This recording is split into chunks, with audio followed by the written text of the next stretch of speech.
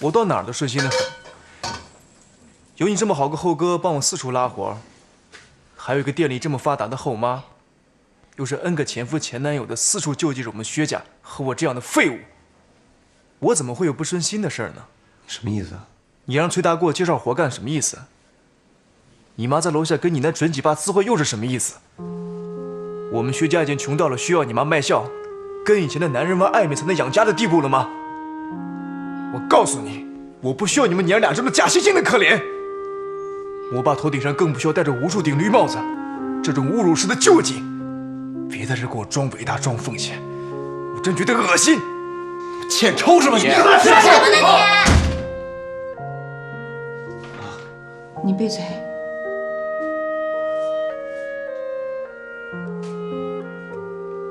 我自己的孩子自己教育。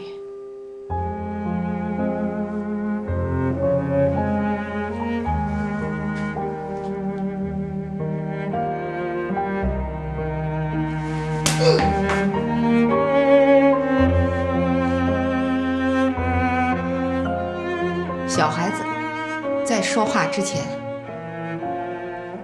得先把事儿弄清楚了再说。这么点简单的道理，没人告诉过你是吗？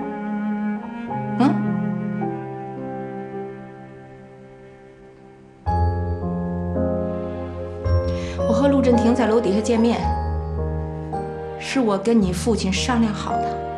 我送他礼物，是你爸爸主动提出来让我这么做的。所以你刚才都是胡说，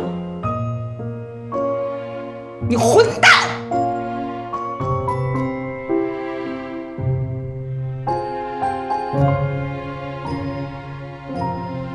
这是你第一个欠揍的地方。第二点，我和楚木是你的家人吧？你愿意不愿意，高兴不高兴都不重要，它已经是事实了。一家人就得互相帮助，相亲相爱，这是正常的。所以你再让我听见你说什么，我们薛家，你们娘儿俩这种话，你再让我听见，我听见一次我打你一次，我一直打到你不说为止。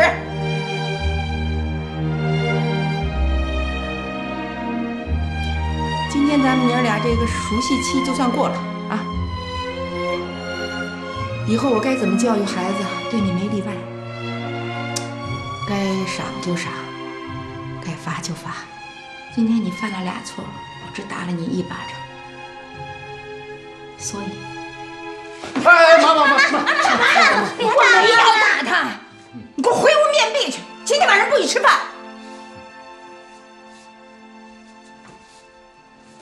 好了，消消气啊！来，这我带。直立，去，哎，端菜，哎，吃饭。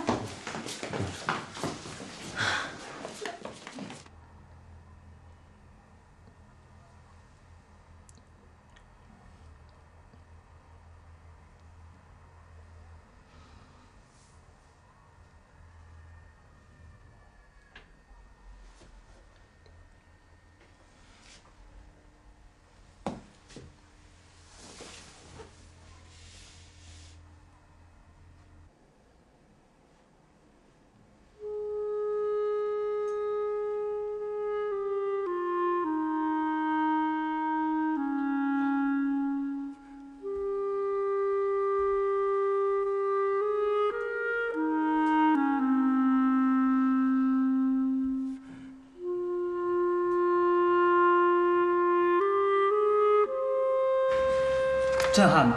我们俩刚看的时候也觉得特别震撼。他们家都乱成这样了，逮谁不好奇的问上两句三句啊？哼，还冲我们喊！你们这么不能啊！我说徐阳怎么给气成那个样子？本来家里遇到这一连串的事情就很添堵，好不容易扛过来了，脚踏实地来打工吧，又遇到你们两个混蛋同事。什么叫问两句而已啊？这事只要你问，就等于在撕人家的伤口，给人家搓火，你会不知道？不知道啊？我们没想那么多呀。还狡辩，还躲！那你们当初给人编那好莱坞情节的时候，不是挺能往多了编的吗？啊，怎么遇到正经事儿，你们的大脑就停转了，跟个娘们似的，活不好好跟人学，挖八卦的时候啊，你们都瞪起眼睛来了。亏得人这琪琪啊，每次来的时候给你们带吃的喝的，哄着你们就是这么照顾人学阳的。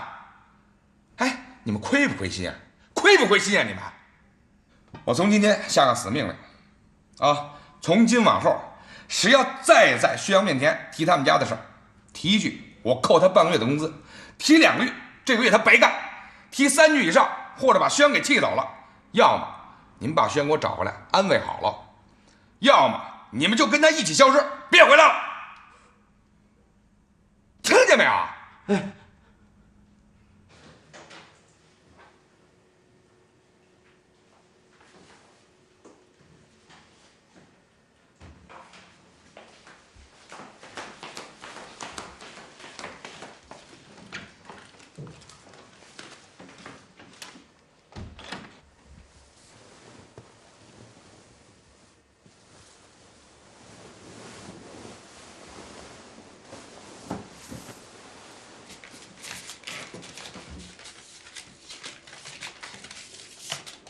琪琪，你要干嘛？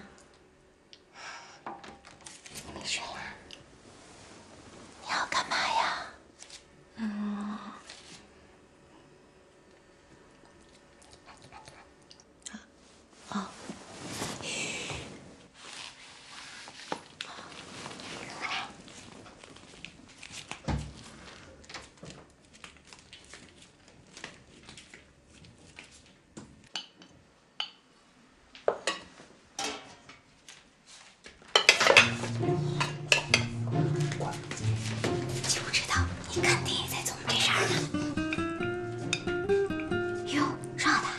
那当然了，我趁老太太洗澡的时候热的，不打无准备之仗。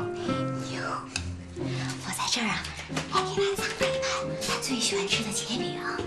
你不用藏那儿啊！你俩挺有经验的嘛。我们俩绝对身经百战。哎，栗子姐，你也得拿冰饮料，我们把这个拿出去。好。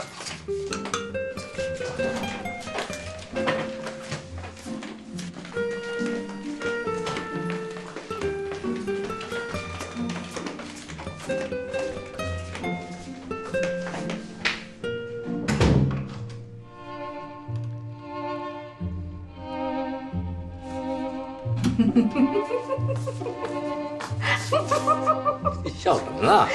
你猜这毛孩子干嘛呢？在厨房做了好些好吃的，给薛阳送去了。哦，你说我怎么就使点小计谋，他们就上钩了？